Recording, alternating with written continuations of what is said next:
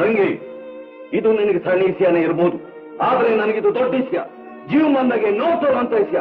ಕಡೆದಾಗ ನಾನು ಕೇಳ್ತಾ ಇದ್ದೀನಿ, ಐಸಾ ಪೈಸಾ ಪೈಸ್ಲಾತಿಗೆ ಏನಾದ್ರು ದಾರಿ ಐತಾ ಇಲ್ವಾ ಅದು ಹೇಳು. ಇದೆಯಮ್ಮ, ಒಂದೇ ಒಂದು ದಾರಿ ಇದೆ. ಏನು ಹೇಳು ಮಗ, ಎಂತದಾದ್ರೂ ಸಹಿ, ನಾ ಕೇಳ್ತೀನಿ, ಹೇಳು ಮಗ.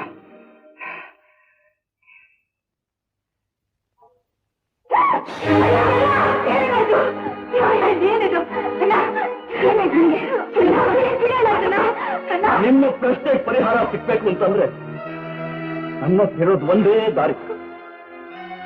ನಾನ್ ಮಾನ ಮರ್ಯಾದೆ ಬಿಟ್ಟು ಈ ಊರ್ನಲ್ಲಿ ಬಾಳಕ್ಕಾಗೋದಿಲ್ಲ. ಮಾ, ಅಪ್ಪನ ಕೈಯಿಂದ ನನ್ನನ್ನ ಕಷ್ಟ